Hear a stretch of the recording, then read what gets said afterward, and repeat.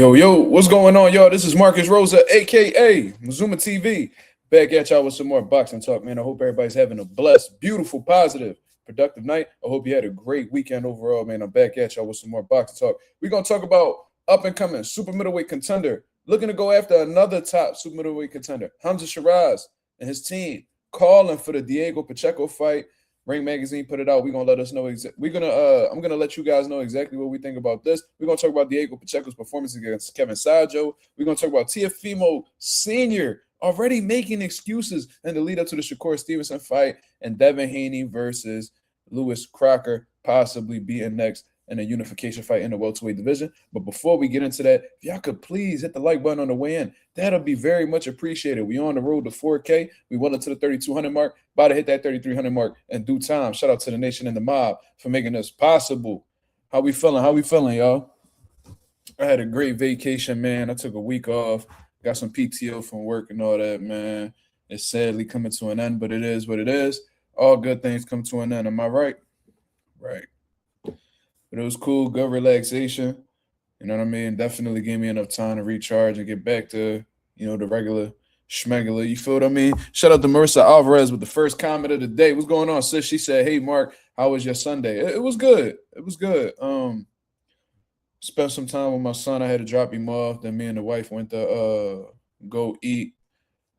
That's Colombian, right? Colombian restaurant. You know what I mean? It was pretty good. We went there I've been going there like throughout my life, to be honest with you, but it was great food. You know what I mean? Then we came home. I took care of some things at the crib, and now I'm here talking to y'all. So great, relaxing, productive day overall, man. King of Brooklyn, what up? Salute, BK. Salute. Dust 215, what up, man? I seen y'all Eagles got to win, man. The Eagles, ain't nothing to really celebrate for real. Them motherfuckers was 2-11 in the lead up to the game, but I guess that was a good, win to get back in the winning column, I guess you would say. Empty the clip. What up, ETC? What's going on, brother? How you feeling? Oh shit, what the fuck is going on? What the fuck was that? What's going on, brother? How we feeling? Marissa said Sheeraz versus Pacheco will be fire fight in 2026. Yeah, I agree. I actually like that fight a whole lot. But I was thinking that Sheeraz and Billy were gonna fight each other. Very, very confusing situation. And then they're talking about, and Diego Pacheco had a tough bout. You know what I mean? I thought he won the fight. You know what I mean? Despite what a lot of people have been saying, it was a robbery, and it definitely wasn't a robbery in my opinion. I thought Diego had some tough rounds. It was a tough fight overall. Kevin Sadjo, I tell you what, not many people are going to be calling for Kevin Sadjo. I'll tell you that. You know what I mean? That guy was strong. He was explosive. Found ways to, close the gap consistently throughout the fight. He dropped Diego Pacheco with a left hook. You know what I mean? He was tough, man. He could punch. You could tell he's durable as well. Diego was hitting him with some good body shots, hitting him with some good shots, inside the guard, coming around the guard. And that dude was like a fucking, juggernaut. That's how the fuck, that's how I perceived him as I was watching the fight. And, I'm a big Diego Pacheco fan. So I was pretty nervous. I was pretty nervous when I was doing a little bit of research. I seen that Christian and Billy pretty much didn't want to go that route when going into the fight. I seen he had a high knockout ratio, was undefeated, held little small local level titles for a few years. So he dangerous. He definitely dangerous. So yeah. I didn't understand why, the Ring Magazine came out immediately after Diego Pacheco's fight and be like, "Oh, we're interested in the fight between Sheeraz and Diego, and we thought we're looking to get that fight done in February." It's like, you expect Diego Pacheco to come back 8 weeks after a tough fight? I don't see that happening. I really don't. We midway through December. You know what I mean? So if he gonna rest 3 weeks and then have to get back in the camp, I just don't see that happening. You know what I mean? I think it wouldn't be wise to be in a tough fight and then come back 8 weeks later to come back into another tough fight. Well, Hamzah Sheeraz has pretty much been chilling since the Edgar Berlanga fight. And, he's had plenty of rest since then, didn't take no punishment since then. It just don't make sense on I don't think that's in Diego Pacheco's best interest. You know what I mean? If it's later down in 2026, like May, June, whatever the case is, then all right, I would understand that because he had plenty of time to rest, get his things together, build chemistry with his new coach. But I just don't see that happen. I don't even know why they trying to rush him into that situation. And what's crazy is they'll be like, "Oh, Diego Pacheco ducked Hamzah Sheeraz." It's like, come on, bro. Motherfuckers got to be smarter than that. But Sheeraz and Pacheco is a fire ass fight for sure. It's gonna be a great boxing match. We're gonna see who got the better jab. We're gonna see who is able to keep fighters keep them at the end of their punches. I really respect Diego Pacheco's skill set. I think he's very intelligent. Sheeraz got some good power. Diego Pacheco got respectable power as well. I think Hamza just cracks a little bit more than him. But Diego Pacheco, he's tough, and he's been brought up the right way. That's what I'm gonna say. I think that Diego Pacheco has gotten some, good fights to really add to his experience and stuff like that. And Hamzah Sheeraz doing the same thing. I don't really think he learned much from the Berlanga fight, to be honest with you. But you could say he learned something in facing the world champion Carlos Adames. Is at a different weight, but nonetheless, it's still a high-level fight. And I'm sure Hamza done grew since then. So I like that fight. I think that's a 50-50 fight. That's 215. What up? Slime, what's going on, brother? Lorenzo and the motherfucking Benzo. Showing love from out Tokyo. What up, brother? What's that, Bethanuel? What's going on, brother? I'll be seeing you in all these different chat rooms. My boy Bethanuel will be around. Salute. Bella Faith, what up? She said, I'm taking Sheeraz if they fight. I mean, I get it, especially and I'm not saying that you fall victim to recency bias, but, Hamzah Sheeraz looked explosive. He looked strong. He looked real composed. The way that he wiped away, Edgar Berlanga, it's like, shit, this motherfucker might actually be a problem in the division. You see what I mean? And he had some good fights at 160 as well with, Emma Williams and shit like that. But, Diego Pacheco, like I said, I think they building him the right way. I think that kid is very talented. I think he has all the potential to become a world champion. And I think Eddie Hearn's doing a great job in keeping him active and getting him the right fights, that he can learn from. Sturdy guys. It's not like Pacheco out here just fighting bum after bum after bum where he's not going to learn nothing like the way Berlanga built up his career. I think Pacheco is taking chances. And, I started to notice that when he took the Steve Nelson fight. Steve Nelson, especially at that time, not talking about post, Diego Pacheco fight Steve Nelson where he got stopped in one round. I'm talking about Steve Nelson was a problem, man. Steve Nelson was a problem, and a lot of people didn't want to fight him. So once I seen Diego Pacheco was taking them chances, I'm like, okay, he actually, he believes in himself. He actually want to let the training wheels off and take some chances. So I like I said, that's a 50-50 fight. That's a 50-50 fight. Coffee Plant said, how I have 2 lives? What you mean? I got 2 lives. Do I really? What you mean? Let me see. I don't see that. Where you see that at? I'm tripping. I got 2 lives going on simultaneously. That's what you telling me? Oh, I think I got one in vertical mode, and then I got one like on landscape mode. So you could pick whichever one you have a preference of.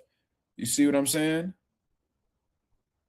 And the reason why you probably not seeing them chats, King of Brooklyn, is because I could already see in the chat, you're on vertical mode. You know what I'm saying? You're on vertical mode. So because you're on vertical mode, you're not seeing what people are saying in the other live that's on landscape mode. You know what I'm saying? So you just gotta, StreamYard gives me the option to do vertical and landscape mode. You feel what I'm saying? Now, I'll probably just take off the vertical mode. I just wanted to try it and see how it was. But yeah, if it's gonna create 2 different chat rooms, I don't really like that too much. You know what I'm saying? So yeah, for those of y'all who's on vertical mode, I see Coffee Place on vertical mode. I see King of Brooklyn is, I see yeah, I would just suggest going on landscape mode. That's just what I suggest. But shout out to everybody that's in the building. We got 14 people in here, man. We gonna cook for sure. We definitely gonna cook. So, man, we pretty much talked about that Sheeraz situation with Diego Pacheco. Let me share the screen for the people to see. You know what I mean? Because this is what Ring Magazine had put out like shortly after Diego Pacheco's tough fight against, Kevin Sadjo. Says sources have informed the Ring, but let's just keep it real. Like Hamzah Sheeraz and Turki Al-Sheikh are like this. Turki Al-Sheikh owns the Ring Magazine, so these sources are definitely official. You know what I mean? That source might be Turki Al-Sheikh, but it says sources have informed the Ring. Excuse me. The Riyadh season is very interested in staging an explosive super middleweight showdown between undefeated contenders Hamzah Sheeraz and Diego Pacheco. February 2026 is the target date for this contest. Now, I was pretty confused when I first heard the news because I swore that Hamzah Sheeraz and Christian Mbili had something lined up that they were going to possibly fight for a world title. See what I mean? Somebody by the name of Everything Boxing, and I actually got one of his. I got one of my tabs open as one of his posts as well. It says Sheeraz has been ordered to fight Mbili for a world title, and Pacheco shouldn't be fighting 8 weeks after that. See, he just said both points that I had made earlier on in the live. I agree with that absolutely. It just don't make sense that coming off of a tough fight, he took some bruises, took some lumps against Kevin Sadjo. You know what I'm saying? I think he avoided a lot of those big bombs that Sadjo was throwing, but nonetheless, you know what I mean? He gonna need some time to recover off of that. He definitely need to take the rest of this year off. You know what I mean? February is close. You know what I'm saying? So I don't really see why Diego Pacheco should be doing that. You feel what I mean? Now, if Diego Pacheco ended up getting like a first, second round knockout where he didn't get touched and he just put ball lights out, it's like, all right, you know what I mean? Get back into the mix. I want to understand that. But this was a tough 12-round fight. You see what I'm saying? So, yeah, man. Yeah, I don't really like that. You know what I mean? It kind of gives me like, and I'm not saying this is the same situation, but y'all remember when Sergey Kovalev, former light heavyweight champion of the world, he had a tough fight with Anthony Yarde. You know what I mean? It didn't go to distance, but I think he stopped Anthony Yarde in the 12th round. It was brutal. You know what I mean? And then, and I'm not saying Diego Pacheco's fight was just as brutal, but, like I said, it was a type of fight where you're going to definitely need to recover for some time. And Canelo Alvarez brought Sergey Kovalev right back in a world title fight, and you could tell Sergey Kovalev wasn't himself. Now, people alluded to, Sergey Kovalev, taking a dive or whatever the case is. I don't know. But one thing I do know is that coming back too soon off of a tough fight could really hurt your chances of winning your next fight. And it almost reminds me of Miguel Cotto. He had a tough fight with Floyd Mayweather. Y'all look at Mayweather as like this pillow puncher, whatever the case is, but Floyd Mayweather got respectable power. And he had a tough fight with Miguel Cotto, and Cotto jumped right back in the mix and got into a fight with Austin Trout. And, even Floyd Mayweather said, I think that he think that Miguel Cotto should have rested a little bit more before getting into that fight. You know what I mean? So rest is just as important as your training, y'all, especially with longevity. You need your rest. So, yeah. So we'll see. We'll see exactly how Diego Pacheco goes about it, but I don't think it'll be in his best interest to take the fight this soon. You know what I'm saying?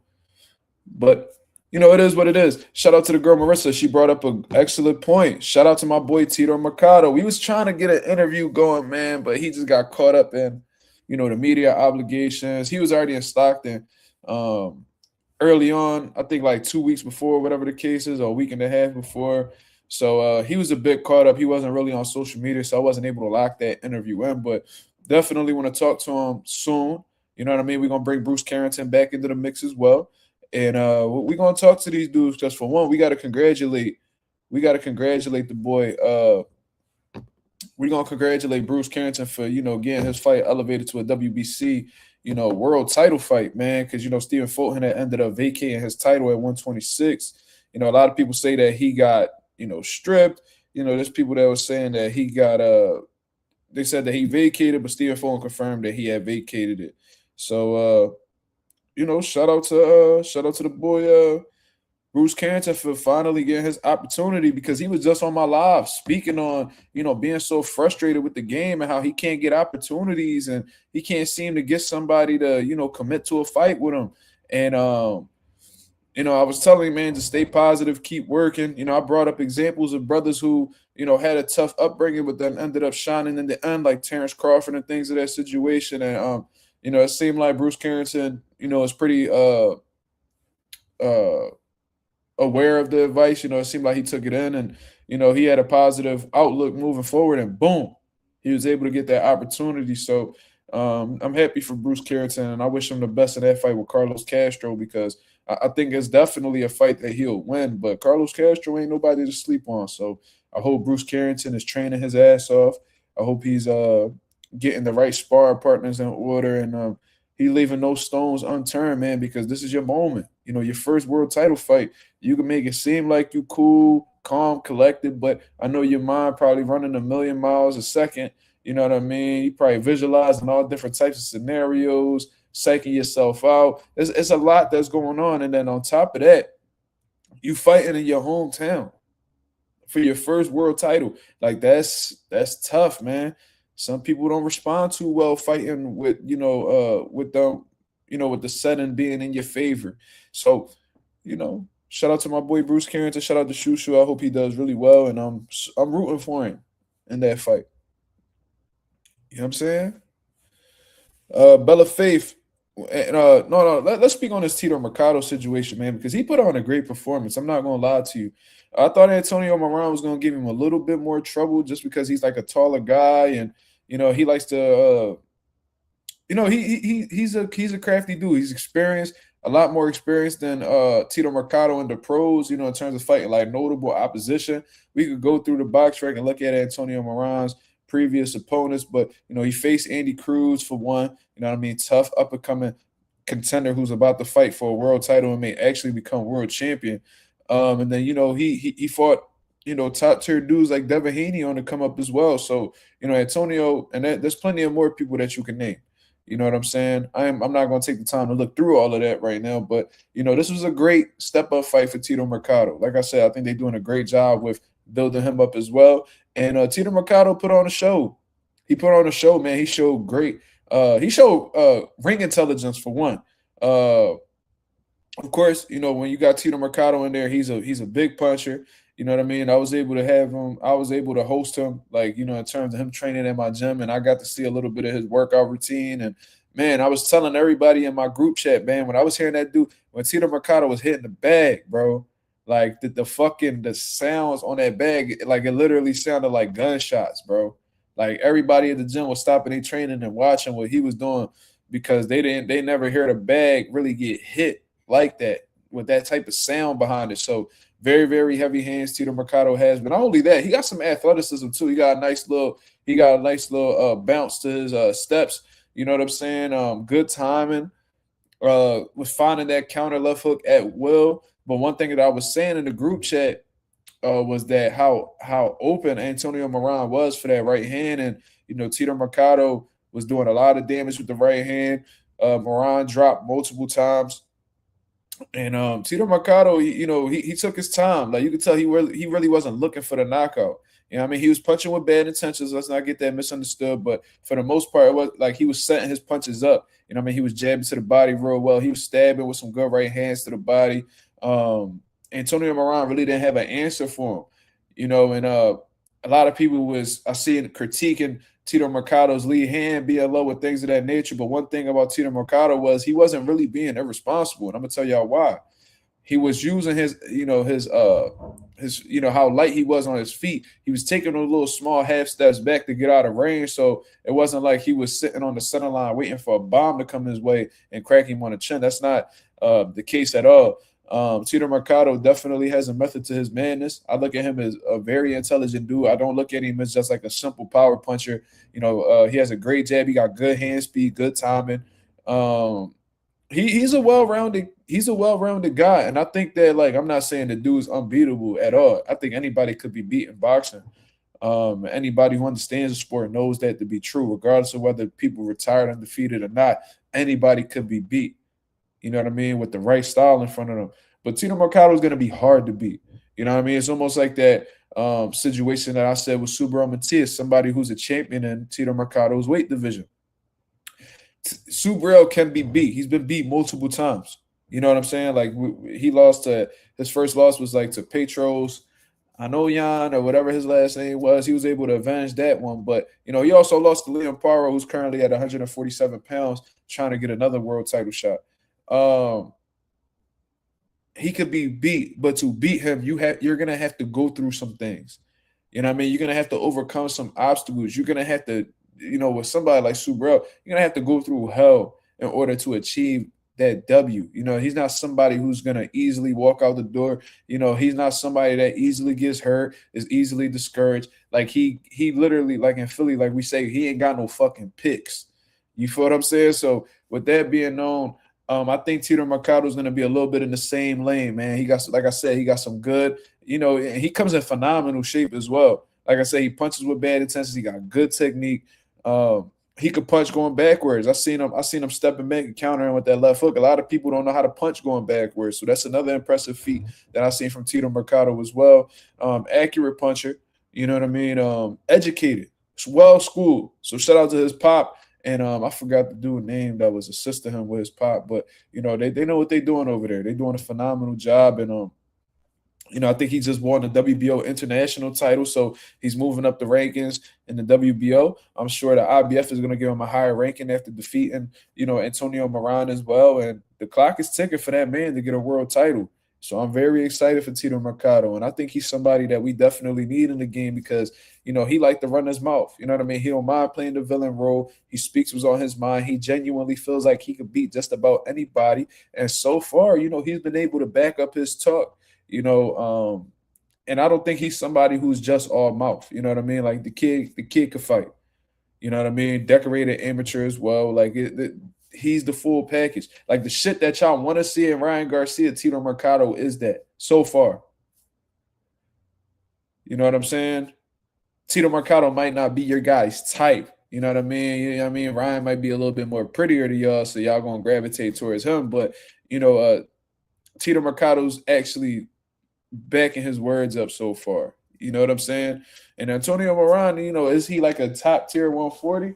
No, not really. But at the same time, for the current stage that Tito Mercado is at in his career, that was a good fight. That was a good fight. Young T USA. Wait, hold on. I'm sorry. We got a few comments just rolled in. I didn't even see them.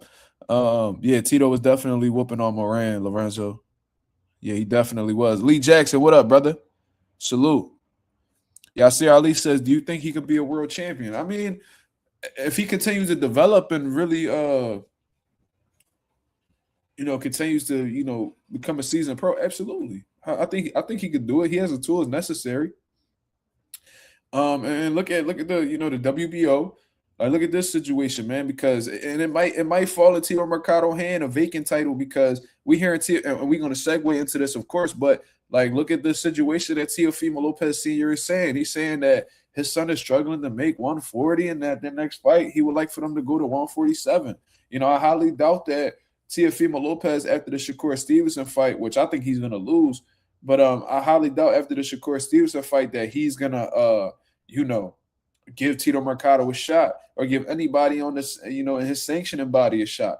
I was surprised he gave Arnold Barbosa one, but I guess they had to give him a shit ton of money in the middle of Times Square in order for him to do so. So what I think is going to happen, and I predicted this with Boots as well, you know what I mean? Because everybody thought Boots was going to get an opportunity at Spence and Crawford, and I told y'all they're going to fight each other. They both going to move up, and Boots is going to fight for a vacant title. Now, he ended up being elevated as a champion instead of fighting for a vacant belt, but I was spot on with my prediction. I think Tito Mercado's situation is going to be similar as well. Him being the WBO international champion, I don't know if he'll be the number one ranked guy, but he should be cracking that top 10 for sure, probably closer to the top 5. And I think what's going to end up happening is Teofimo Lopez is going to end up vacating that belt, especially if he loses to Shakur. They're going to have some type of excuse. You know what I mean? His dad's already putting excuses into play. So, when they do come up short, he's going to be like, oh, my son wasn't, he wasn't him. And then they're going to move up to 47 and start their whole run all over again. It's starting to become a habit. Like, you got your ass whooped at 35. You blamed it on the weight, health issues. You moved up to 40. You're going to do your thing at 140. You're going to lose. You're going to blame it on something or whatever the case is. Then you're going to go up to 47. Like, I can already see that play happen. I can almost feel that shit in my bones. You know what I'm saying? So I think I said all of this to say I personally believe that Tito Mercado is going to end up fighting for the WBO vacant title. I just don't see Richardson Hitchens giving him an opportunity. And that situation may also be true. Maybe Richardson Hitchens will go up to 47, vacate that IBF belt, and Tito Mercado might fight for the vacant IBF title. Either way, I just don't see neither one of them guys. You know what I'm saying? Giving him an opportunity. Tito think his shit don't stink. He don't want to fight certain motherfuckers because, he feels like he's above certain things. Richardson Hitchens, motherfucker, as like a lesser known champion, to be honest with you. Stock not even that high, not a hot commodity in boxing whatsoever, but he telling other champions who's on the same level as him to get their name up. So if you telling motherfuckers like Gary Antoine Russell to get their name up, I could only imagine what you would tell Tito Mercado to do at this point in his career. So that's just my thing. I think that's more along the lines of what's going to happen for Tito Mercado. I think he's going to end up fighting for a vacant world title. And you know, I think amongst the other contenders in the division, you know, he could have a solid chance at winning a world title. And if he does, that's going to bring a lot of excitement to the sport because Tito like to talk his shit. You know what I mean? More of the spotlight going to be on him. Main events is coming around. He's going to draw, just by how the way he talk, he's going to draw more attention. And Tito don't respect nobody.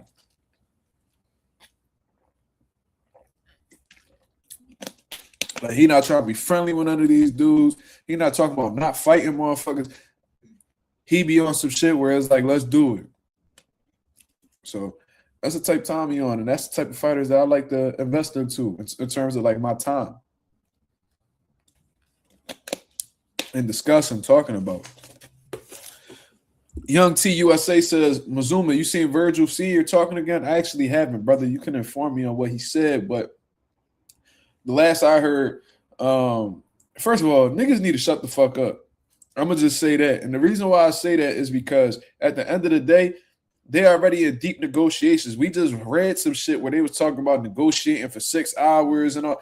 Let them motherfuckers do their thing, bro. Fuck what Virgil Sr. saying. You know what I mean? Let these motherfucking big wigs make this fight happen.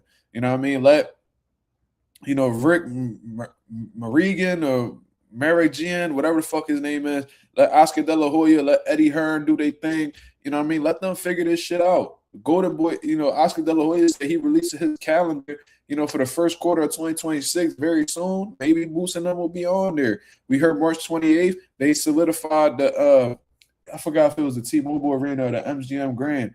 And it was a matchroom, matchroom boxing that solidified that date. What the fuck is that?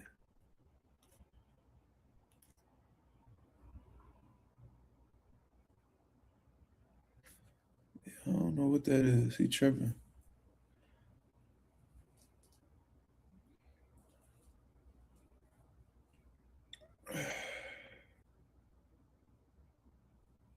Oh my God. Yo, these niggas is.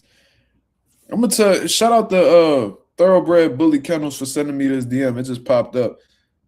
I don't know why your name is under Young T USA, brother, but you know what I mean. Shout out to my boy Thoroughbred Bully Kennels in the building for sending me that screenshot from Virgil Ortiz's Senior's Twitter. Shout out to my boy PYP Boxing, man. Shout out to my fellow SA. Shout out to the SA. He says this channel's growth and success is amazing, bro. Started watching at 1,500 subs. Damn, we done doubled up since then, brother. I appreciate you coming through and supporting the channel, man. We on the road to 4K. You feel me? So, we getting somewhere. We getting somewhere, man. That's the plan. You know what I mean? We probably, you know, I try to get the 4K by the end of the year, but you know, things happen for a reason, and we're gonna keep marching. You know what I mean? Probably by like mid-2026, we could get it done. If not, we're going to keep trucking until we get there. You feel me? That's just what it is. We're going to do this shit the hard way. Not off anybody back. You know what I mean? We ain't getting clout off of other motherfuckers. We're going to do this shit organically. That's why we got one of the best chats, one of the most knowledgeable chats in the boxing world. I don't give a fuck what channel. You can talk about channels that got 200K, 100K, 1 million, whatever, 200 subs. There's not many chats in boxing today that are as knowledgeable as the chat that I have. The Nation. Absolutely. The Real Shelton, what up? And we got motherfuckers from all over too. Japan, the UK, Spain, my boy PYP from Texas, Marissa from Texas. Shout out to Texas, man. Texas love your boy Mazuma TV. I love it, man. I gotta go down south. You know what I mean? I gotta try some of that. You know, that motherfucking barbecue, you heard? Yasir Ali, salute to you. Shit, y'all can put in y'all chat where y'all from, man. Canada. I know we got Canada in the building. We got Worcester. Shout out to my boy Slime in Massachusetts. You know what I mean? We gotta bring Jermaine Ortiz on the live, man. We gotta get it done. We gotta make it happen, brothers and sisters. We gotta get it going. Oh yeah, we had a motherfucker on the chat that was from Scotland the other day. Shout out to Mick Dunan. We actually spoke in the DM as well. That's a good brother right there, man. Salute to him. Knowledgeable as hell too. Jackson, Mississippi. Salute. That's a first. I ain't never had nobody on my channel be from Jackson, Mississippi, but salute.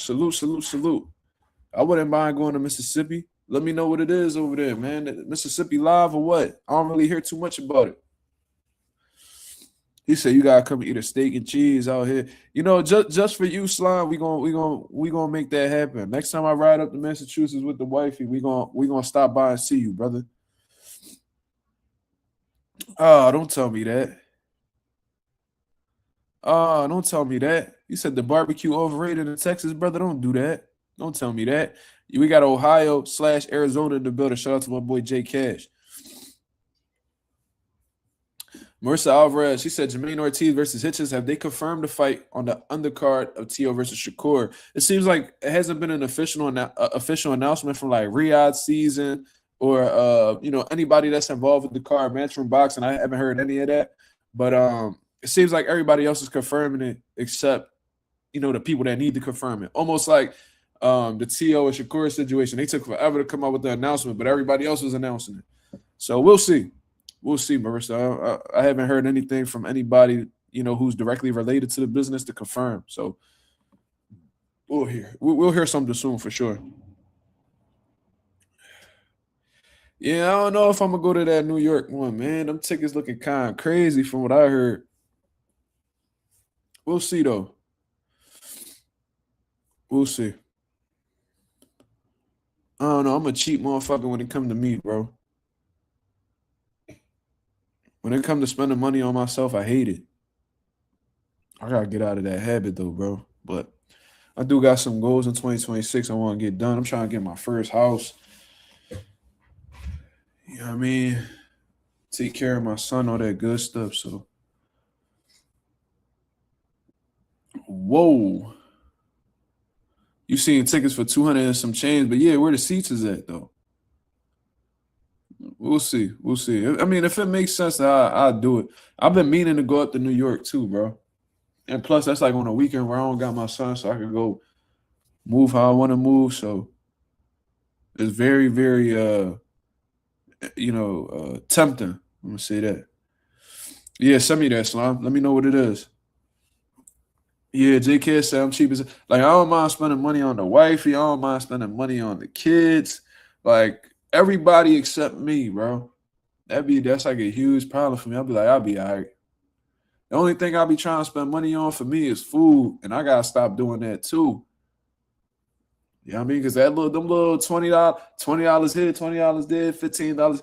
Yeah, like damn, you start looking at your account and like you ain't broke, but you like, damn, I could have used that for something better. I could have used that to pay a credit card. I could have used that to do this. I could have gotta be more responsible, man. I got time, but at the same time, I don't know how much time I got. You gotta get out there and mingle with the other boxing media. I don't fuck with these niggas though, bro. I really don't.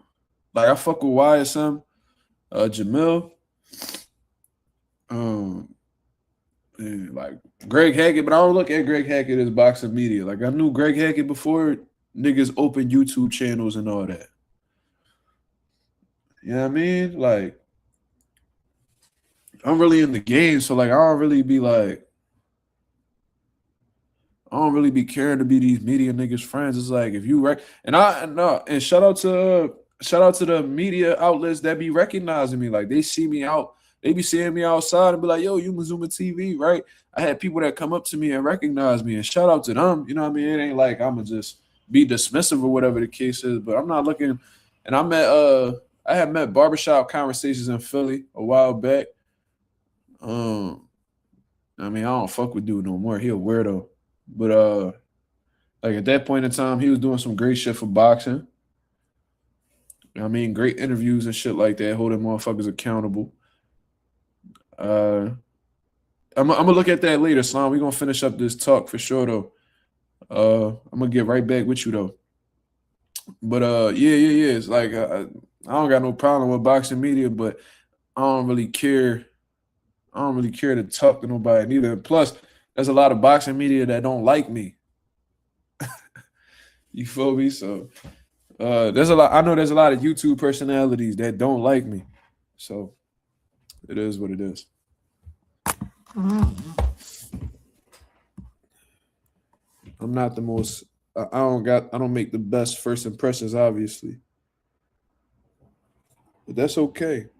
Not everybody gonna like you, niggas. And everybody ain't like Jesus, so why the fuck would they like you?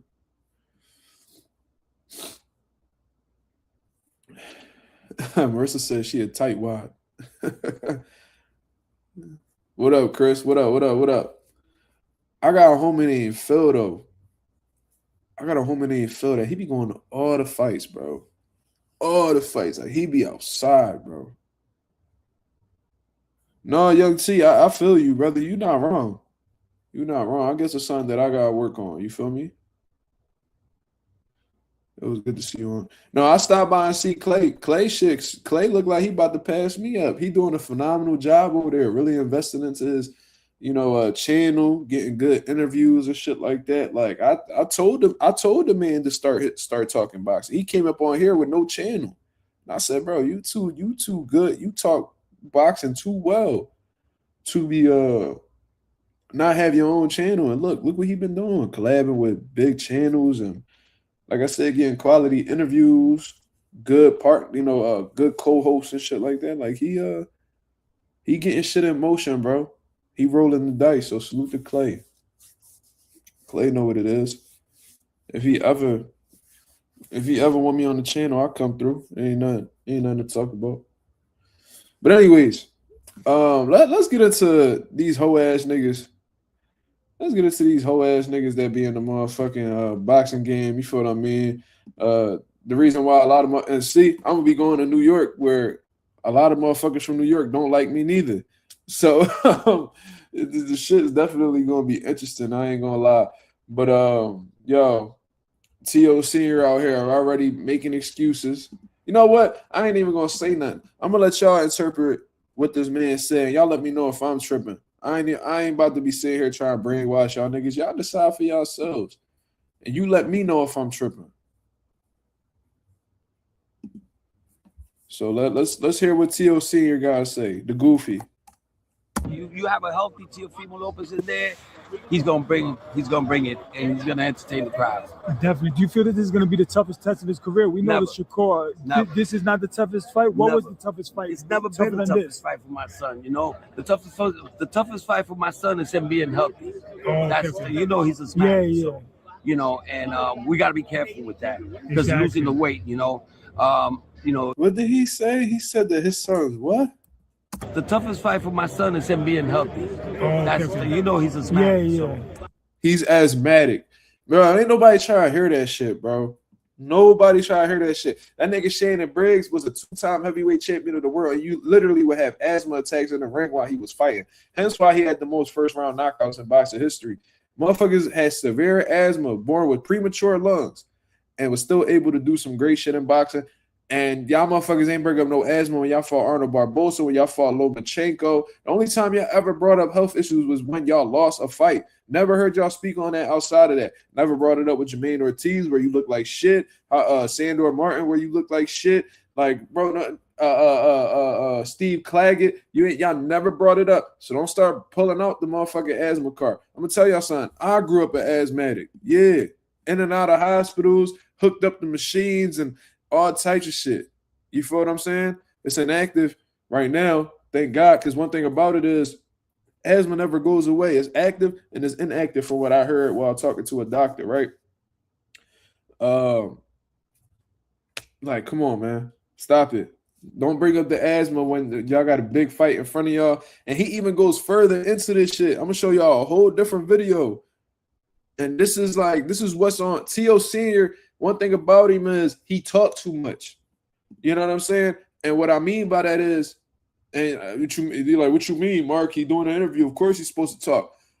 hear me out. He talks so much, like he doesn't think about what he says before he says it. It's like whatever. It's a stream of consciousness, right? Like Kanye was saying when he would go on long tangents. He has a stream of consciousness, and he doesn't really care too much about how the way it comes out or what's coming out. And when you talk, you talk. When he talks to talk, he really reveals what's on his mind. Like he'll try to fabricate it in a way where he's not concerned, but then as he continues talking, he slowly but surely reveals what is a concern of his going into this fight. So he's already alluded to health issues for Teo, and these motherfuckers just announced the fight a couple weeks ago. And we got to be careful with that because losing the weight, we're moving after this fight. We're moving up to 147. Oh, I'm not gonna allow you're gonna stay at 147. All right. You have a healthy Teofimo Lopez in there. So that was one video. That was one video, y'all. Now I'm gonna tell y'all this. I'm not saying that Teo doesn't struggle to make the weight, but what I am gonna say is somebody's lying. I heard Teofimo Lopez say that he was 150 and that he just keeps his weight low. And when you look at Teo, he don't really look like he ever blow up in weight. He don't. I know they used to call him Gordo and shit like that when he was a young boy, but when you was a young boy, everybody was eating. It is what it is. But Teo looks small all the time. He always looks like he's in great shape, and that's a great quality to have. You know what I mean? That's the exact way you should be moving as a fighter. But I've heard him say on several occasions that he's like, in the low 50s and stuff like that. If you're fighting at 40, you're only cutting 10 pounds. So unless y'all putting on so much muscle, y'all got to cut into y'all muscle to make 40. Shit don't really make sense. You know what I mean? So 47, Teo will be extremely undersized, in my opinion. Extremely undersized. I remember how the way he looked next to Subriel Matias. And Subriel wouldn't even be a big welterweight. And you look significantly small. I seen Teo and Shakur face off. There's not that much of a difference between the two. There's not. Teo is small, y'all. He gotta be like 5'6", 5'7". And he got like a solid frame or whatever, muscular, athletic build, but I don't know if it's so much so where he's going to struggle to make 140. I think he could actually end his career at 140. 47, I just don't see it, bro. I really don't see him having to put on another 7 pounds and all that stuff. I think he will be extremely undersized for 147. That's just me. But that was one clip. Now, that's not even the wild part. Shout out to Hassan Wells. But let's hear this shit right here because this is what really got me. And this is what's really concerning. These motherfuckers is all mouth. They're not really like that, bro. They want to give you the impression that they big and bad and that they with the shits. And the reason why they be having a tough time taking certain fights is because losing be on their mind. They mentally do not want to have to deal with a loss being on their record. So much so that Teo Sr. is like trying to find a way to justify or at least come to grips with actually losing future fights. Like, what coach says this? Let me see if I can pull this shit up. It's giving me a little bit of trouble, y'all. Let me see.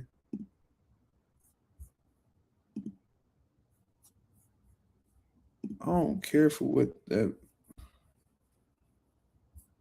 Yeah, this shit not loading for some reason. I'm about to see if I could bring this up on Let me see if I can bring this up on my phone.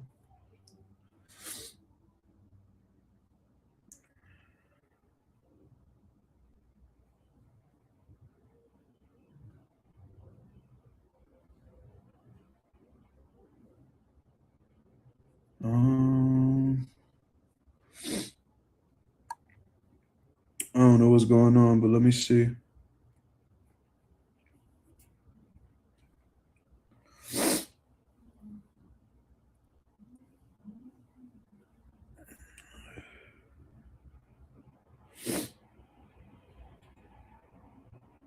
And these allergies kicking my ass already.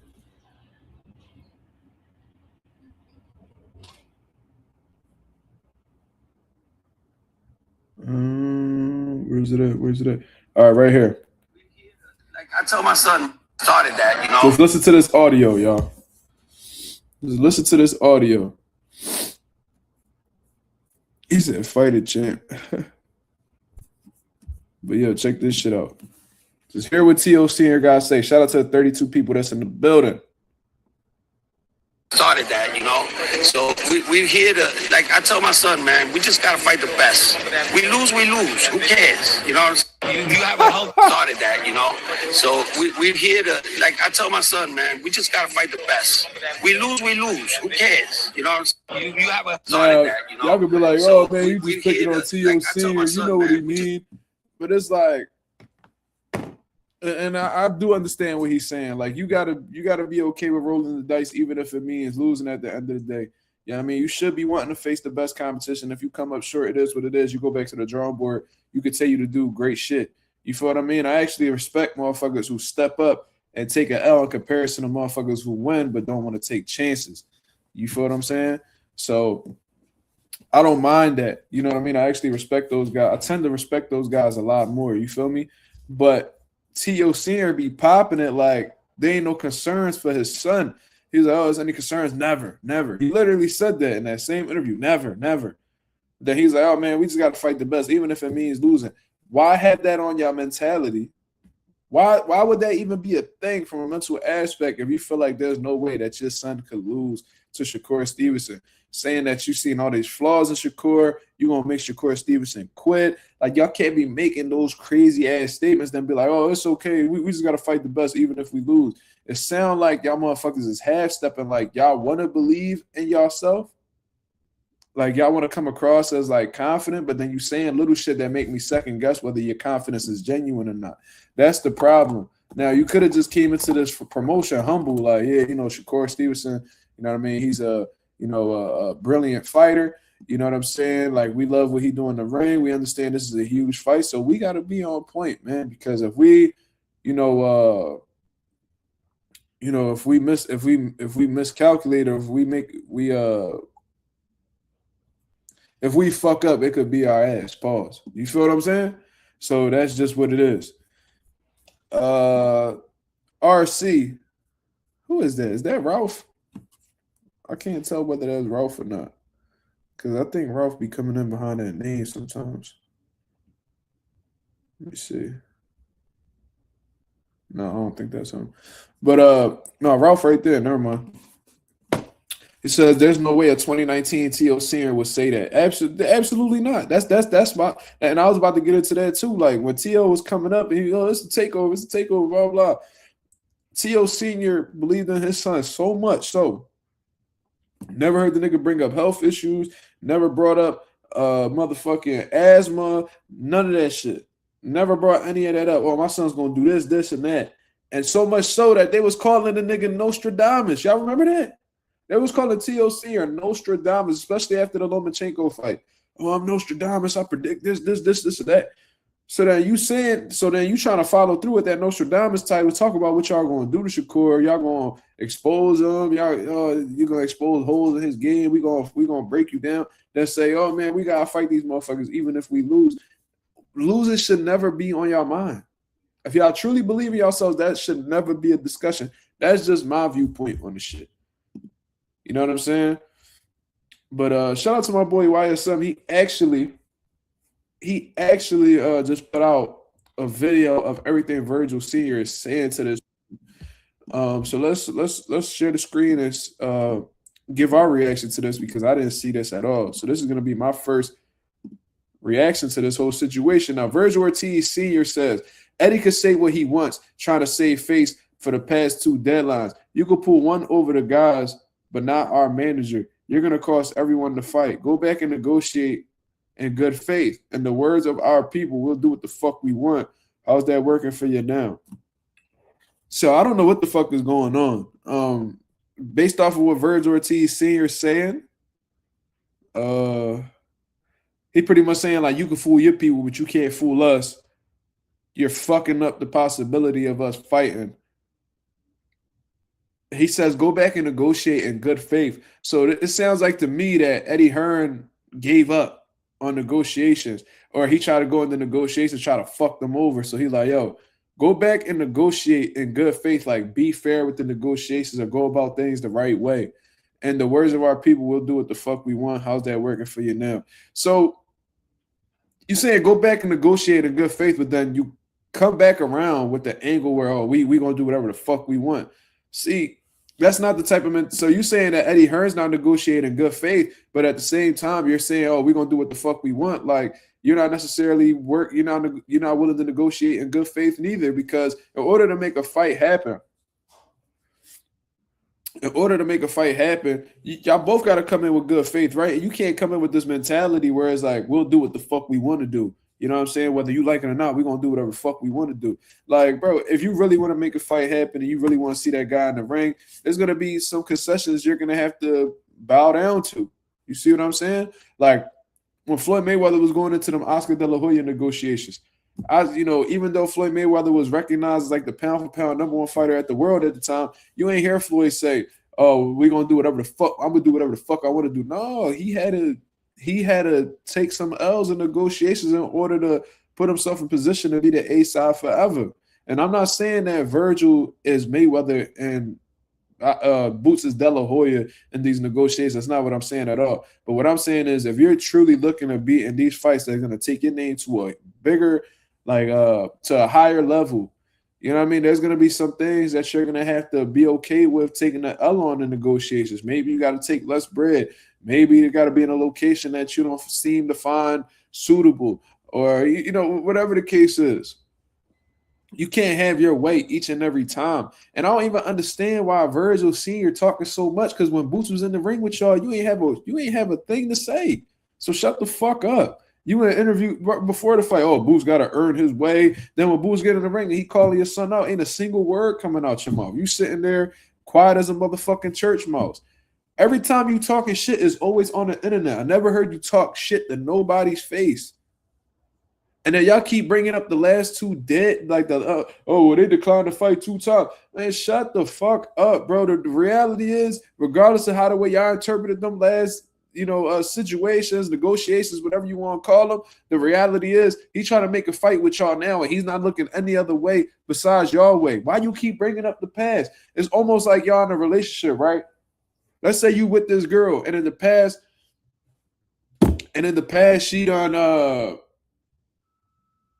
she done said no to you twice about some shit, right? But you continue to deal with her. She's still there. And then every time y'all have like a discrepancy or y'all have some type of difference and you keep bringing up the past, bro, if you got to keep bringing up the past, how the fuck are you going to be able to focus on the present if you keep arguing about the past? Let that shit go. Let that shit go. Who gives a fuck about what had happened in the past? The reality is he trying to rumble y'all now. He got his people with you. Yo, niggas not negotiating for 6 hours if they don't want to rumble. Like, that's the reality. And everything that y'all language going into these negotiations in comparison to Boots and the language going into these negotiations are night and day, in my opinion. I never heard Boots say, oh, we got all the cards. Oh, Virgil got to earn his way. Oh, Boots needs to prove himself and all this bullshit. Virgil needs to prove himself. You never heard Boots say none of that. Boots said, let's make the fight happen, and I'm going to make you pay for all this shit that y'all niggas been talking. Oh, but you declined the twice. Who gives a fuck? Who cares? How many times Floyd Mayweather and Pacquiao negotiated before they had the Rumble? Did Pacquiao sit there and be like, oh, man, but Floyd, you walked away from the fight twice? Did you hear Errol Spence and Terrence Crawford? Because they negotiated and they shit fell through at one point in time. Did you hear Errol Spence like, oh, well, you walked away from the fight? No, they shut the fuck up because that's not important. What's important now is the present. So make the fight happen while the getting is still good. You feel what I'm saying? Like, imagine if Floyd Mayweather would have been sitting there like, oh, well, man, you know what I mean? Like, you keep talking about you want to fight, man, but, you turned down $40 million. You said you wanted 50-50. You ain't want to do drug testing. Like, no, Floyd went and made the fucking fight because he wanted to make the fight. Y'all keep bringing up the past and try to justify why you don't want to fight niggas down. That's how it sounded to me. That's how it sounded to me. If you keep bringing up the past, you're using that as a motherfucking way. You're using them two examples in the past. You're trying to use the past. Let's just say it. Let's keep it simple. You're trying to use the past for why you don't want to get into something currently. Yeah, that y'all motherfuckers is talking about y'all need 8 figures to fight. Now, look, as his manager, that's what he's supposed to say. A manager's job is to make sure that a fighter gets as much money possible. That's their goal. And the bigger and the more that fighter get, the more they get paid. So everybody went on their side. So if he say 8 figures, I take that as as a manager shooting high. So let's say, for instance, Virgil Ortiz's team wants $8 million for the fight. We want $8 million. Do you think that they're gonna say $8 million? Do you think they're gonna say the exact price tag? No, they're gonna shoot high, so that when they start getting lower, they'll as they negotiate, they'll get closer to a number that they was looking for in the first place. So if I want to sell these motherfucking AirPods right here, if I want to sell them for motherfucking $100, they use whatever the case is. I'm not gonna tell these motherfuckers that I want it for 100 because what are they gonna say? Would you take 75? Would you take 80? Would you take 90? No. So what I'll do is I'll put these bitches up for 150. Cause you're not gonna tell me you're not gonna have the balls most of the time. You're not gonna have the balls to tell me, oh, I'll give you 75 because you cutting my price down 50%. That's disrespectful. We not gonna see eye to eye. You're gonna have to get the fuck on. But if I say I want this 150 and somebody come up to me and be like, yo, would you take 100 for it? I'll be like, yeah. You know why? Because that's what I was looking for the whole fucking time. So it could be that could be a possibility. Or them niggas really want 8 figures and they just trying to cash the fuck out because they understand that Boots is a high-risk fight and that, coming up short the Boots will put them all the way back to step 1. And they might take a pay cut as a result of that loss. So let's go ahead and try to get as much money possible before, you know what I mean, we go ahead and take this fight. So if we do lose, we got some money to fall back on. There's one or two things. But one thing I do know is that y'all language is a little bit shaky, baby. That's all I'm saying. That's all I'm saying. But I didn't even get to finish the fucking video. I'm talking too much.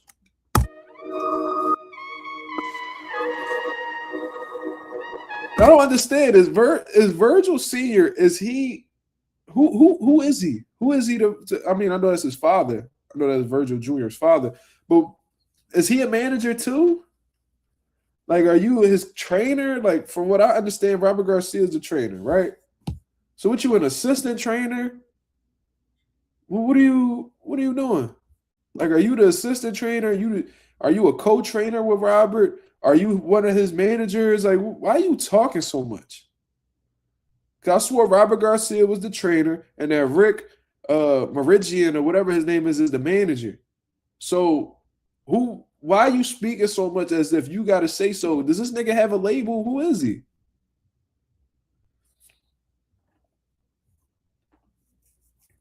And if they negotiate behind closed doors, you bringing this out if you bringing this out publicly when Oscar De La Hoya hasn't brought it out publicly, Eddie Hearn hasn't brought it out publicly. What you're doing is you're trying to take the fight by disrespecting motherfuckers publicly. It's almost like you wishing that these niggas walk away. Shout out to the boy Islam is True 76 with the $5 super chat. He said just showing some love to the channel. Blessings to the chat. I appreciate you very much, brother. Shout out to the boy Islam is Truth, always coming through, consistently supporting the channel, even if it's not with a super chat. He always seems to be pushing out, positive words. Shout out to my Muslim brother. You know what I mean? I'm actually planning on going to and I could be saying these words wrong, so please correct me. Shout out to my Muslim brothers out there. I'm planning on going to a mosque soon. You know what I mean? I actually had gotten inspired by one of my fighters who, is not Muslim, but he was invited to go, and he said that it was a beautiful experience. One of the prayers he had went to. So I got a few Muslim brothers that, obviously attend, the mosque regularly. So I'm looking forward to going. I heard it was a very peaceful, very beautiful experience. So I'm looking forward to going, man. I'm looking forward to going. I would like to experience that. I think it'd be pretty dope. But shout out to Islam is Truth, always coming through and showing love, man. Salute, salute. Shout out to all my Muslim brothers and sisters out there. But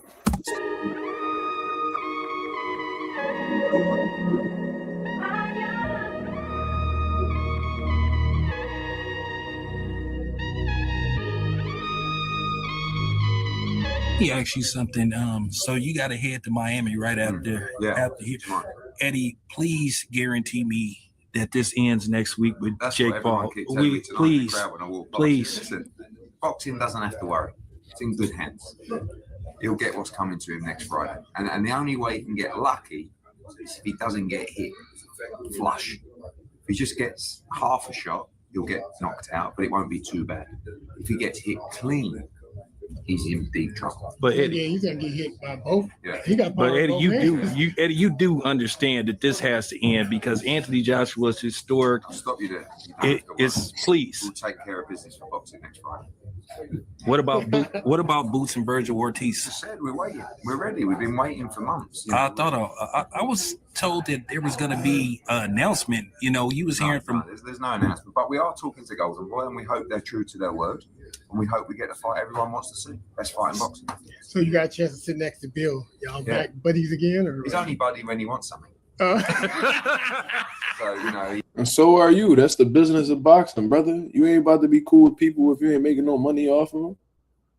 What's we even talking about? Ain't no friends in this shit. But anyways, shout out to Wyatt Son for putting that tweet up because I probably, outside of y'all telling me, I probably wouldn't have seen it. So shout out to him for keeping us informed of what's going on in the boxing world. That's my brother. Salute to him. But yeah, I see Ali says, make Allah guide you, broski. I appreciate that, brother. Thank you. Likewise. He said, go and experience it, brother. He says, pull up to Dallas sometime. Amazing mosque. Okay. I've been meaning to go to Texas, man. Like I said, I remember a few years back, I had reached out to Derrick James to see like if I could shadow one of his training camps. He shot it down. He was like, nah, sorry, like sessions are private or closed or whatever the case is. So wasn't able to really see any of that. But I even told him, like, I'll go over there on my own dollar. Like, I don't need to be staying in nobody's crib. I ain't asking for nothing. You know what I mean? I just want to I was really just trying to get some, like, different experiences under my tool belt. You know what I mean? See some things that I could learn, pick up on, or whatever the case is. But it ain't work out that way. But eventually, I would love to go to Dallas. I heard shit get real in Dallas, too, man. Fort Worth and all that shit. So I got to be on point while I'm over there. I don't want no problem with my fellow Texans. You feel me? But Marky Dan, what up? Ain't see you in a while. How you feeling, brother? Bad Boom Balloon, what up? That's 215 says he probably thought you was in Boots camp. No. That was years ago, bro. Like Boots wasn't even a world champion. His name wasn't even attached to Spence and them names yet. So no, that's not the case at all. He said Muslims don't play. I already know that. I got a bunch of them in my gym, brother. I already know that. Peaceful, but don't be with that bullshit neither. Sean Terrence, what up? Great Gambino, 23rd, what up? He said, yo, was there a fight this weekend? Yeah, Diego Pacheco fought Kevin Sadjo. Tito Mercado fought Antonio Moran. And then so not like the biggest names, but solid names. And then I seen Gabriel Flores fought that dude Joe Cordina. That was a good one too, man. Flores, you could just tell he was just a bit in over his head, man. I'm gonna tell you what though. I'll tell you what, man. This is just the reality of the situation.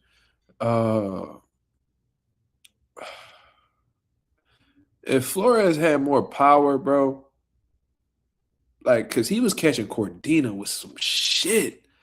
Like counters was nasty, all that. But Cordina, you could tell he was just a bigger, stronger guy. You know what I mean? Cordina is experiencing his own right. So, you know, Flores just couldn't keep dude up off him. But you could tell Flores trained really hard for the fight.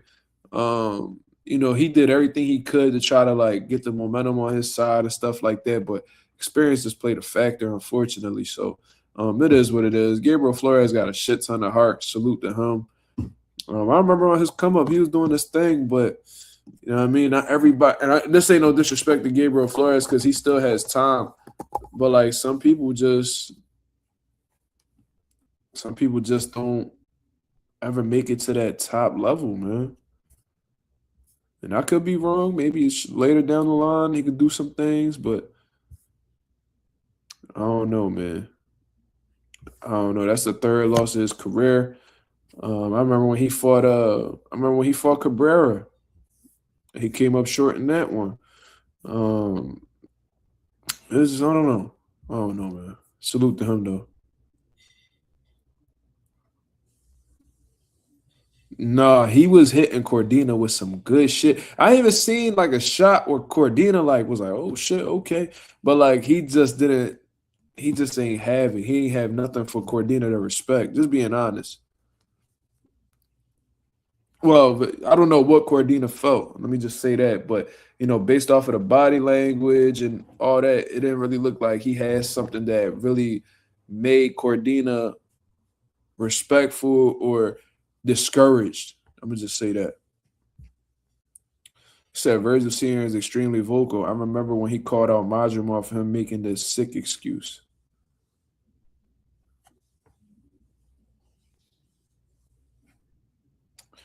Yeah, I just don't be liking when motherfuckers like be talking and like, I don't know.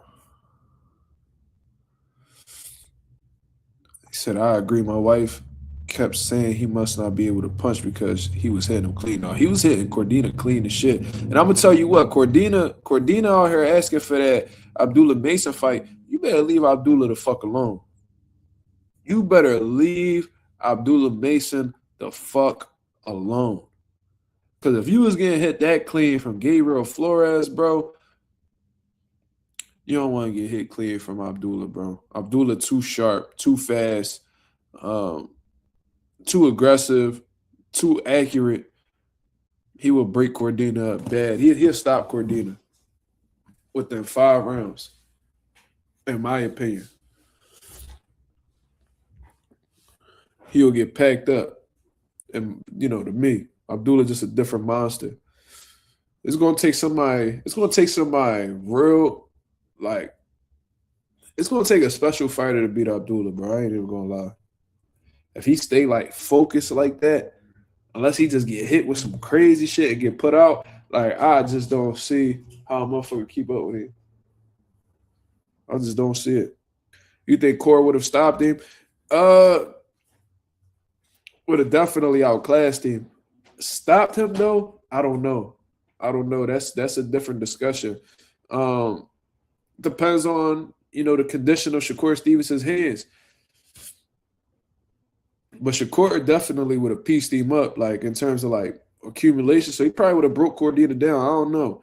But if Cordina applied pressure like that on Shakur gonna hit him with some hot shit. Cordina's just not on that level in my opinion. Like, he's solid. He could beat guys like Gabriel Flores, obviously. He might even give some contenders at 35 a tough fight. But, nah, like, guys like Shakur, they special talents, bro. Like, these are generational talents, in my opinion. I look at Abdullah Mason as a generational talent. Did I see the De Los Santos fight? I seen that he clipped dude. I wonder what weight that fight was at, because when I was looking at the video, De Los Santos looked a little chunky. I don't know if that was the camera angle or just the camera in itself, but he didn't look like he was at 35. Like, he looked real, like, looked heavy. Yasser Ali says, how do you see Boots versus Fundora going? I see Boots beating the dog shit out of Sebastian Fundora. Fundora, he game, he tough, but his leaky defense, man, Boots' speed, his accuracy, his combination punches, I just don't see Fundora really being effective with Boots at all. I think Boots will out-jab Sebastian Fundora. That's for one. Fundora doesn't really have speed or like devastating power that makes me feel like he'll just clip Boots. He got enough power to like rock somebody, but I never known Sebastian Fundora for being like this concussive like knockout puncher. He's an accumulative puncher, and I don't know if Boots is going to give him many opportunities to accumulate damage on him. I just don't see that happening. I think Boots is a stronger puncher for one. I think he's the more accurate puncher. I think he'll go to Sebastian Fundora's body, break him down. I could see Boots putting Fundora on a highlight reel.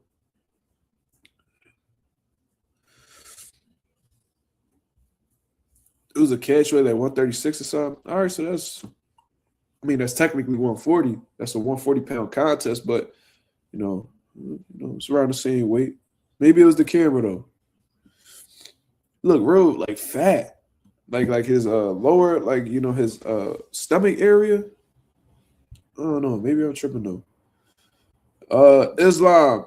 He said, "What's your opinion on Tito? I can't really judge him yet because of the competition. I like the kid though." Well, I could say the same thing, brother, but based off of Antonio Moran being a seasoned vet in boxing, that was the exact fight that Tito Mercado needed in order to elevate. You know what I mean? Gain confidence, build momentum. Tito Mercado was coming off of an injury, y'all. He was coming off of an injury. So I think he actually came off of a surgery or whatever the case was. So, he got himself back into the mix with a solid guy. Tito Mercado showed good hand speed. He showed some good athleticism, explosiveness, good counter punching as well. He couldn't miss with that left hook counter. Good power in both hands. And one thing about Tito Mercado is he's doing it he's getting these knockouts with his IQ. You see what I'm saying? So it's not like a situation where he's just going in there bombing, just praying for the best. Like, no, he's setting this shit up. He has a level of composure to himself. He's letting the knockout come to him. And that takes a certain level of maturity and a certain level of IQ to get to that point, because we always see these guys that, don't let the knockout come to them, and they make the fights difficult as a result of that. You see Tito in there composed, using his jab, placing little good body shots, like he's building it up. And then, he's letting the offense take its course. And when the big shot lands, he also knows how to finish. So Tito Mercado showed some good things. Good hand speed, like I said, good jabs, good right hands to the body. Jabs and right hands to the body was reaching his mark. I seen him hurt him with a left hook. I seen him hurt him with the right hand. Mercado, Antonio Moran was trying to fight the dude, but it was almost like when Moran was trying to come in, Tito's legs was just was too quick for him. He would get up out of range and come back in and get a combination off and, either stumble Moran or hurt him or get his attention, discourage him. Like it was a great overall performance from Mercado. It's definitely what you want to see as a promoter when you're investing a shit ton of money into a contender, hoping that they become world champion. Like it was a good performance for me. I'm looking forward to seeing Tito Mercado come back ASAP because he didn't really take no damage in that fight. I understand training camps are long and grueling. That's always the toughest part is the preparation. So definitely get some rest. You know what I mean? March, April. March. Boots undercard with Virgil. Hopefully, if that fight happens, March 28th, I wouldn't mind seeing Tito Mercado back. I wouldn't mind seeing him come back at all. That'd be a good return date for him.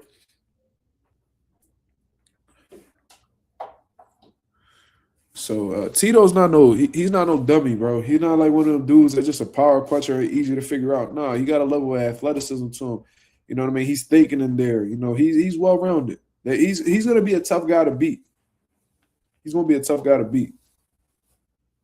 I could see him winning a world title if he,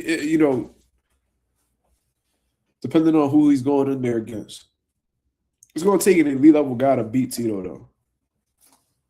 Unless he gets hit with a big shot. You already know how that go. That applies to anybody, though. It's going to take an elite level guy to beat Tito, for sure. I would like to see how Tito fares with a guy who, is boxer first, like a Richardson Hitchens. I would like to see that. He's ranked in the IBF. Hitchens obviously has the IBF world title. I would like to see how Tito Mercado, because, to this day, seems like Mercado just fights guys that he's typically more athletic than, quicker than. You know what I'm saying? I would like to see how he does with a guy who's youthful like him, can box, has a good jab like him, good speed, sound fundamentals. Like, I want to see how he does against like a youthful, energetic outboxer, athletic outboxer, preferably a black one. I would like to see how he does with that style. Once I see that, that'll let me know exactly how good Mercado is. But because he's so heavy-handed, any of those pressure come forward fighters, you know, unless you put on like an insane amount of pressure like Sue Burrell or Isai Cruz, where you got a good chin too. Like I just see Tito Mercado disposing of them guys, you know, quite easily. You there for the slaughter for real.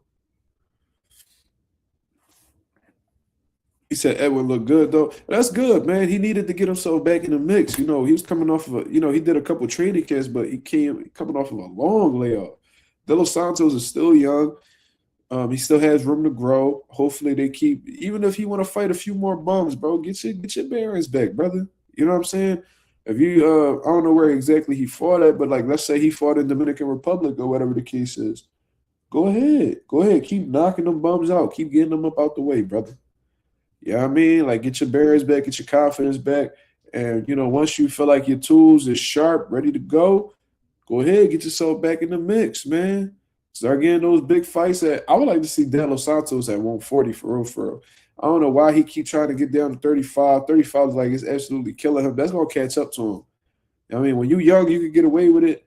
But you know, once you start creeping into them late 20s like me, and you know, especially when you crack them 30s, when your body's like gonna start to break down as a result of them tough weight cuts, that's when you're gonna see them shitty performances. So De Los Santos got the speed, he got the explosiveness, he got the power to go up to 140 and do some damage. So, you know, shit. De Los Santos versus Frank Martin, fire. De Los Santos versus Keyshawn at 140, if they're able to get that together, that'd be fire. You know, De Los Santos versus a Richardson Hitchens. Let's see how Hitchens do with that type of style. Everybody was talking shit about Shakur, how the way he approached De Los Santos. You know what I'm saying? I would like to see how somebody like Richardson Hitchens, who I believe is more limited than Shakur, especially in the defensive department, I would like to see how he does with an Edwin. How he do with that? Can you outbox Edwin? Can you stay away from Edwin's power for 12 rounds? Can you take his power? You claim you never been hurt before. You claim you never been dropped. That's cap. But you know, you believe in your ability of taking a punch.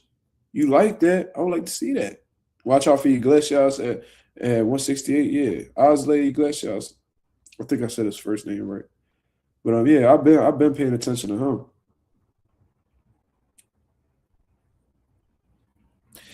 How do you see a Frank Martin and Keyshawn Davis going, in your opinion? That's a really good fight, man. That is a good one, man, because you got Frank Martin who, you know, he came, man, he knocked Racist Bartholomew the fuck out.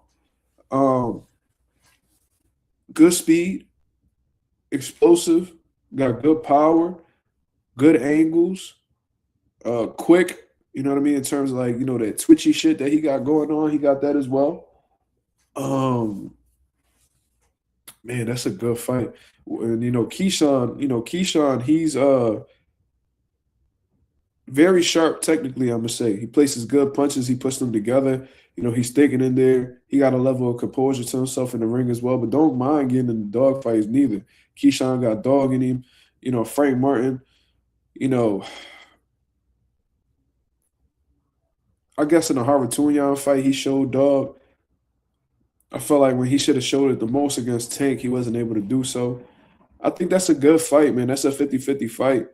I can see how Frank Martin could have some success, especially if he's, you know, active, you know, from a volume aspect. But then Keyshawn, you know, he got good timing. He's a sniper with his punches.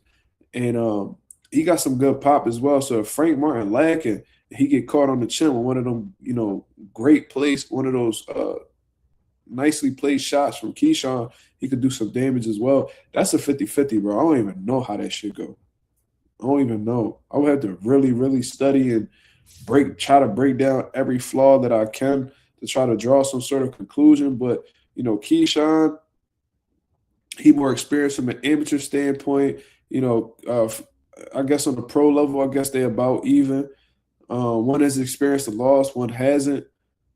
You know, that could benefit Frank because he knows what is, you know, he may have learned from that situation. You know, it might benefit Keyshawn because he don't know what it's like to lose. He may be more stubborn in there. He may take more chances. Like it's tough. It could go a myriad of ways.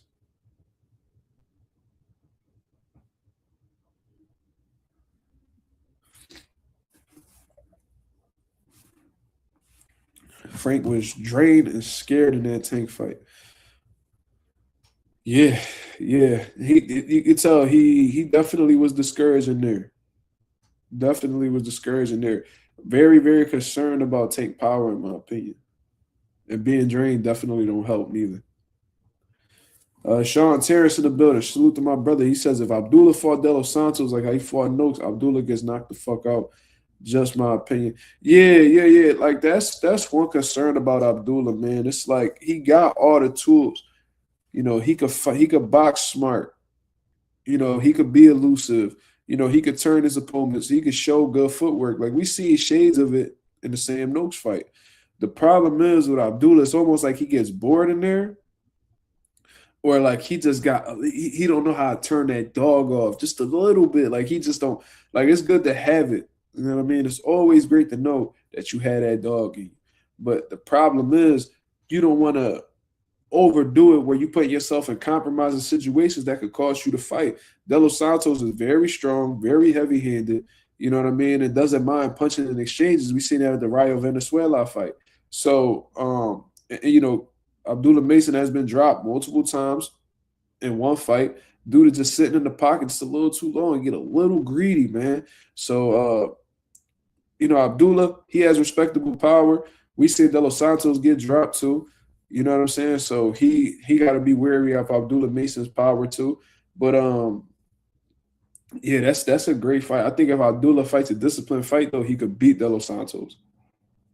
But if he gets into 50-50 exchanges, he's setting himself up to really get hurt in there. You know, De Los Santos ain't one of them to just be sitting in the pocket with and taking chances. You know, Abdullah needs to find a way to, you know, really follow through with a game plan. You know what I mean? And just stop wanting to, you know, impose your will all the time or always want to get into shootouts. Bro, you gotta use your brain, man. That's what's going because you took way more punishment than necessary in that Sam Noakes fight. You could have made that a lot easier than what it was, but I'm sure you done heard that 1,000,001 times at this point. But you got to know when to just be like, you know what? Let me use my brain because that's the key to longevity. You know what I mean? Doing things, you know, now working smarter, not harder. You want to go about things in a more smarter fashion. Don't take the hard. If there's the easier route,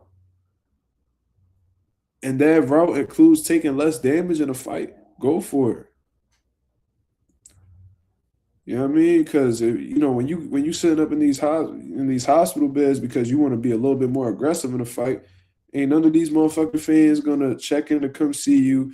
Ain't none of these motherfuckers gonna pay for your medical bill. You know what I mean? Ain't none of these motherfuckers gonna get you through you know, that post-fight injuries or pain, soreness, whatever the case is. You gotta do what's in the best interest for you and your career and your health. You know what I mean? Sam Noakes could punch like a son of a bitch. I could tell. You walk through some fire. That's cool. That's cool. It's good to know that you're capable of getting through that. It's good to know that you have dog. You know what I'm saying?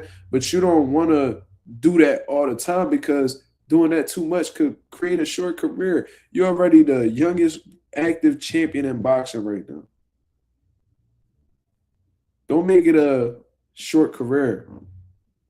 That's all I'm saying. That punishment could pile up. You could have 4 tough fights and be shit out of luck. You can have another tough fight after this and not look the same. Like you gotta play your cards right, bro. Because you don't know how much longer you got in boxing. Boxing, the window is getting smaller and smaller every fight. Every training camp. That window's closing. And once it shuts, you can't. That motherfucker's sealed. You can't open that bitch back up. So while you had this time in the game, go about it wisely, bro. Use that time wisely. Put your brain before your heart, brother. That's all I'll tell Abdullah, for real. But phenomenal talent. This kid could be a first ballot Hall of Famer. Like, I'm talking that good. Like, he could really be like the leader of the new school. Like he could be that new kid on the block. He could be a superstar. He really can. When you have the full package like Abdullah, you could go crazy places in boxing. I just hope that, you know, he listens to his corner, he listens to his team, and, you know, he find a way to turn that switch on and off. You showed us that you got dog. You showed us you got chin. You showed us you got heart. You showed us that you don't mind going to war, that you got that in you. But you don't need to show that all the time. And like J. Cole said, just because the gun don't shoot don't mean the gun ain't deadly. Marissa said, you think like an Andre Ward? Absolutely. Absolutely. Wait, what you mean? In terms of what, Marissa? You gotta elaborate.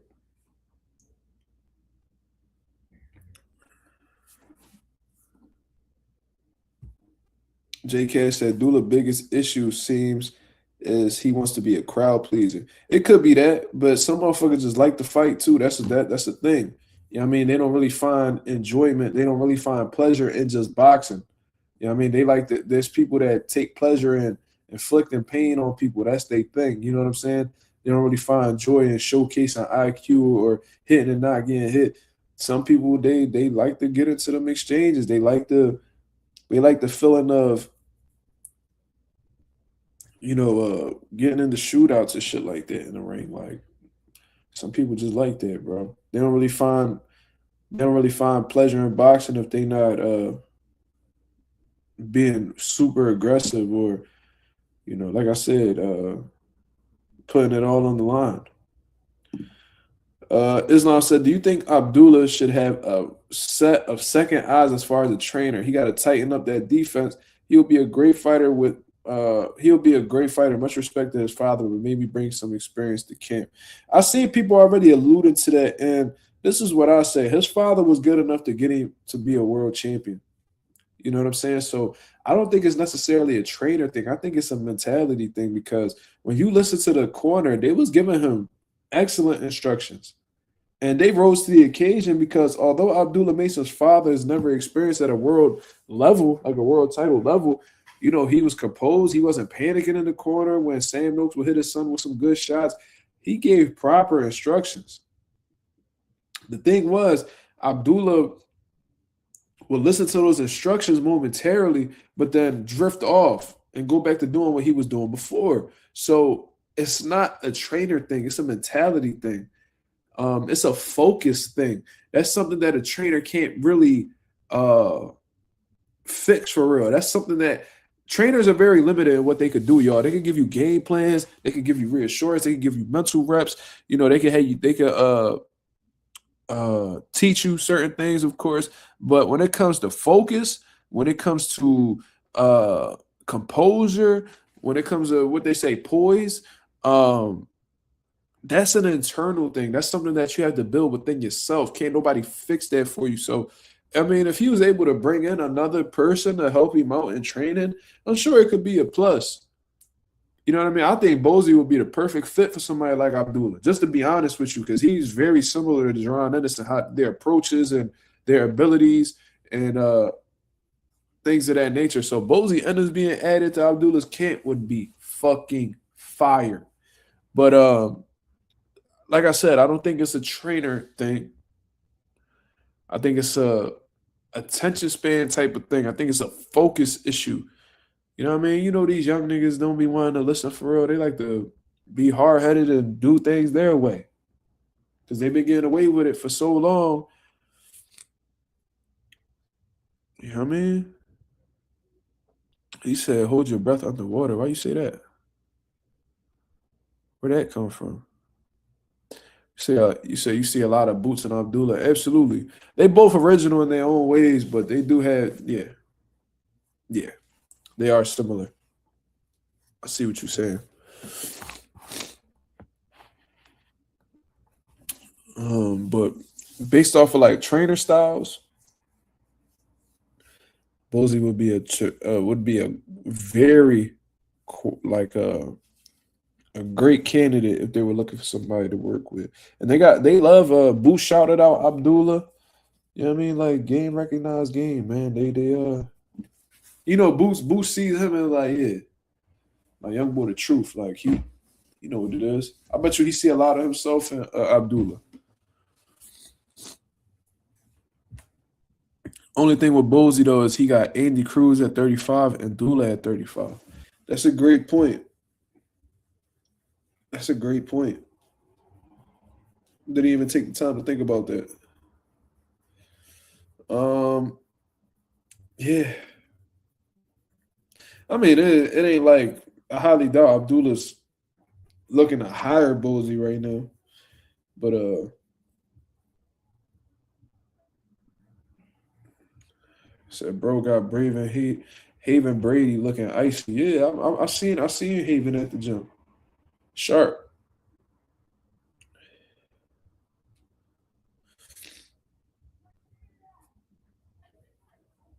Yeah, Sean Terrence, I agree. I think Floyd influenced the whole generation after him to feel like the shoulder roll is the ultimate form of defense, when in reality, it's not a bad form of defense, especially if you know how to use it. And there's multiple ways to use the shoulder roll. You can have an offensive one like James Toney. You can have a defensive one like Floyd.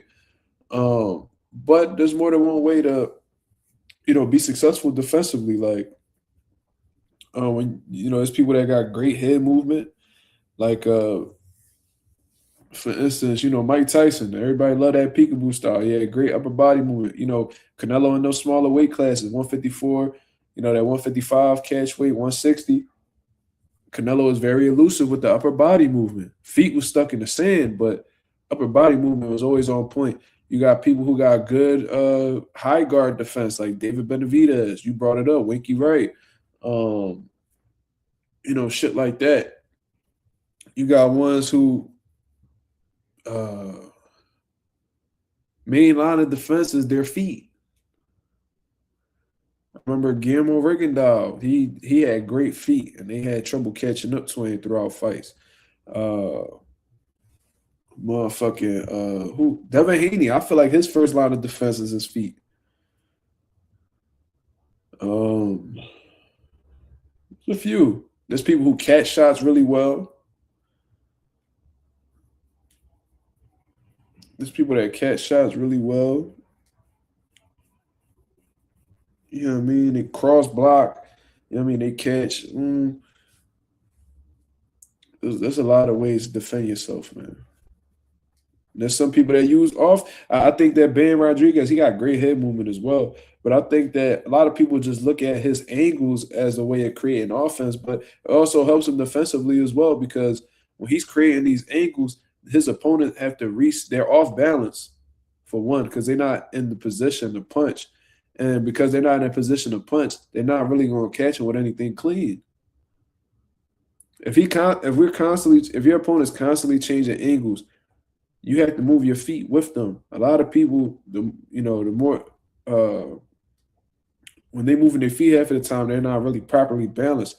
They're not properly balanced. It's going to be hard for them to get off a big shot against you. So, angles not only help you flow offensively, but it puts you in great defensive positions as well. So, like I said, there's more than one way to defend yourself. All my fighters got different types of defense. Like I had a kid by the name of Isaiah Berry. Great high guard defense. Like you shoot some shit, he boom, boom, boom, boom, boom, boom, boom, boom. He catching it, boom, boom, boom, and then he create offense off it, boom, boom, boom, boom. Then he'll do it in combination too, boom, boom, boom, boom, boom, boom, boom, boom, boom, boom. Like his high guard was beautiful. Then I got people that's like they like to use their in and out movement, like Derek. You know what I mean? He got a little bit of head movement too. I had a fighter by the name of Nate Cruz. Upper body movement was crazy. Joshua catches the jab, he rolls. You know what I mean? He'll triple up on his rolls and have you missing while he rolling underneath the shots. Different strokes for different folks, man. Let me see. Bozy helping Smalls and Catterall. They both at 47. Facts. I think Smalls is still like, he's still at that contender stage. Catterall is like top contender stage. So I think like Smalls just a few steps behind him. So, and I think Smalls' head trainer is actually his father. Bozy like assistant shit like that. Like they co-train him. But yeah. Smalls was around way before Catterall was. Around Bozy, at least. But anyways, man, we didn't even get to talk about Haney versus Crocker. But, long story short, Bill Haney pulled up on Eddie Hearn out there in, I don't even know, out in Stockton. And they got to talking back and forth or whatever. And, it sounds like that's something that's going to be spoken about, Devin Haney versus Lewis Crocker. But we'll see. We'll see. It'll definitely be a great situation for Haney because since it's a unification fight, he ain't got to worry about no rehydration clause. I'm sure that'll help Crocker as well. Paddy's coming off of Lewis Crocker's coming off of 2 back-to-back wins against Paddy Donovan.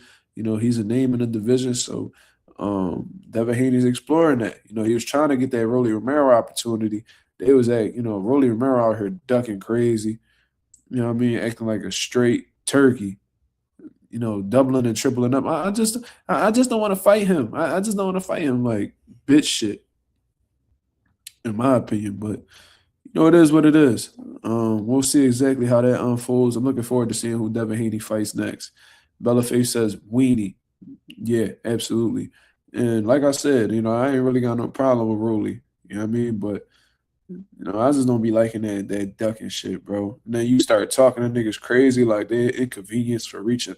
So, like, when the motherfucker would hit me up and shit, like he'll send me links about, like, just being positive and all that and, all that good stuff. Call me on the phone, all type of shit. We cool. So I'm thinking we cool. We straight. So I ask you every time I try to bring you on the channel, you spin me. So I'm like, all right, whatever. Nigga probably busy or whatever. But then I see him doing interviews with other niggas. So I'm like, bro, what's up? Like, nah, man. All right. So then I asked this nigga about Bill Haney calling him out. He like, who cares? Nigga, us. Fuck is you talking about? That's why I'm asking you. And, I mean? It's like real brief, real dismissive.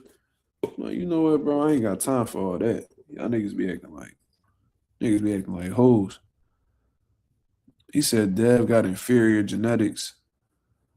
Yeah, talking about he his biological father. So how you say a nigga got inferior genetics but then say you his biological father? Nigga, do you know what that come with? Have you know that would mean he got your genetics, right? Fuck. But yeah, I don't know, bro. Rolly be tripping. Nigga said Rolly can't punch. I mean, he said Devin can't punch and that Devin's boring. And bro, like, I just feel like if you saying all these problems that these motherfuckers got, then he said some stupid shit. He said some shit like, I think he said recently, he was like, oh, if I knock him out cold, you think I want to deal with him suing me for 5 years? Nigga, he ain't sued a nigga because he lost. So you just sound stupid. That's not why he sued the nigga. Now, if you tested positive for PEDs while knocking Devin Haney out cold, then yeah, you deserve to get sued for 5 years. But I never known a motherfucker to sue a fighter for losing a fight fair and square. Sounds super dumb. But anyways, I'm going to get up out of here, man. I appreciate everybody that came through and showed love. As always, if y'all could go ahead and hit the like button on the way out, that'd be very much appreciated. If y'all appreciate the content, as always, y'all go ahead and subscribe to the channel. We on the road to 4K. We went to the 3,200 mark. About to hit that 3,300 mark in due time. Shout out to the nation and the mob for making this possible. I'll be back at y'all with another live 10 or 10:30 p.m. Eastern Standard Time to continue cooking up on what's going on in the boxing world. Until then, I hope you guys have a blessed, beautiful one. I'm up out of here, man. Peace.